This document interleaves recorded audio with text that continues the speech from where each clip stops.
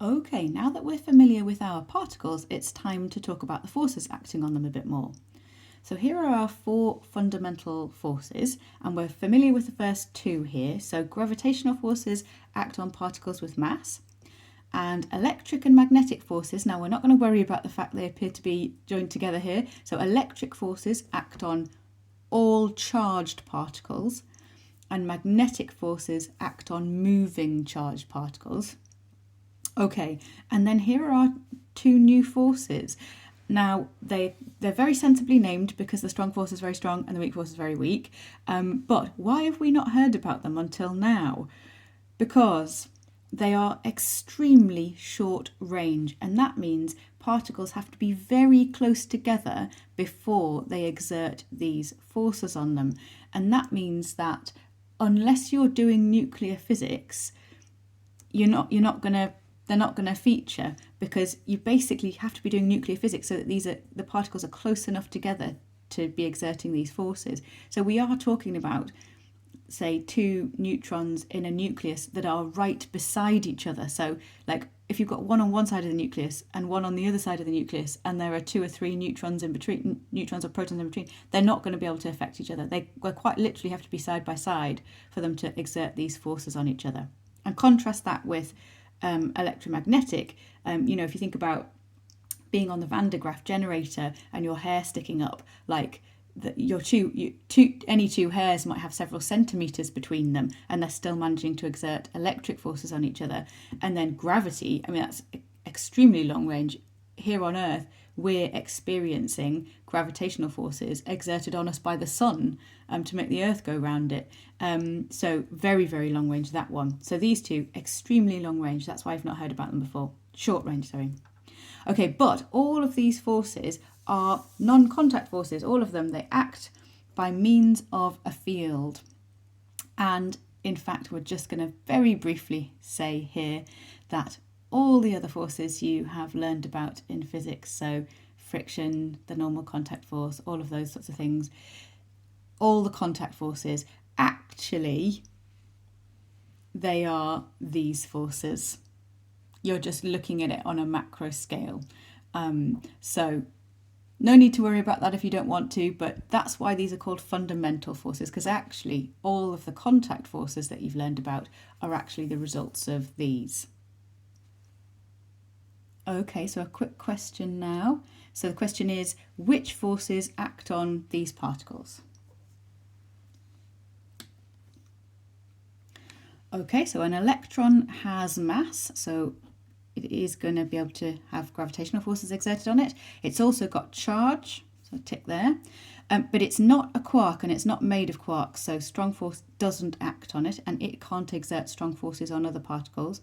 Weak force, yes, because it acts on absolutely everything.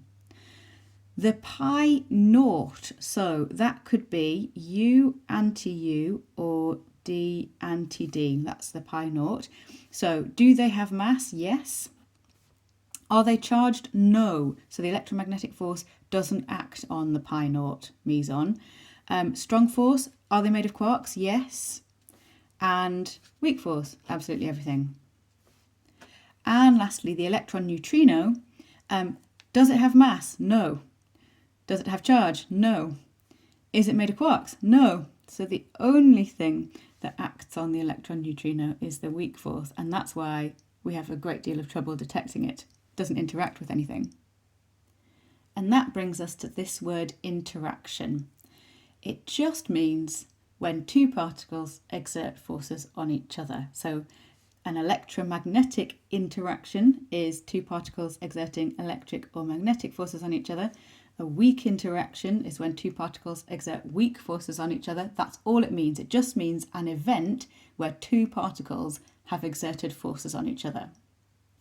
Now, we've already seen this in some of the questions that we've done, but when these interactions happen, when particles exert these forces on each other, important things are conserved.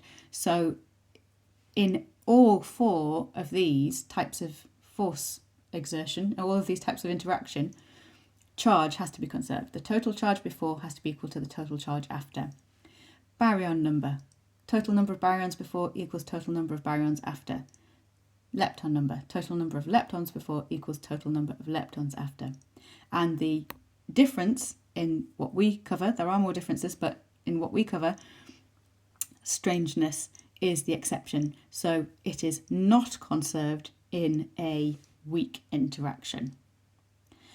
Okay, now while this might seem to be getting a bit heavy, just to we're going to learn more about the strong and weak forces now, but I just want to point out that we have been doing this. So if you're starting to think it's all a bit crazy and horrible, remember we've already been using these conservation laws to work out what particles are in interactions, so it's not as bad as it first might seem. And in particular what I'm about to show you, don't be put off by all the symbols, but I just wanted to give some examples of how can you use these conservation laws to work out what kind of interaction it is. So for example, this was our interaction from question 2 today, and here you can see that the total strangeness before is 0 and the total strangeness afterwards is 0. So strangeness is conserved. So this is not a weak interaction. That's the kind of thing that we're talking about. And then another example here is the decay of a pi plus meson. So here we've got the strangeness before is +1. And the total strangeness afterwards is 0, so strangeness is not conserved in this one, so this must be a weak interaction. And just to give one more example, here we've got a muon and an anti-muon. They're annihilating, that's coming up in the next video, and then we're going to create an electron and a positron, and so these are all leptons. So again, this can't be a strong interaction, because strong interactions, only quarks can exert strong forces on each other, and these guys are leptons. So this cannot be a strong interaction.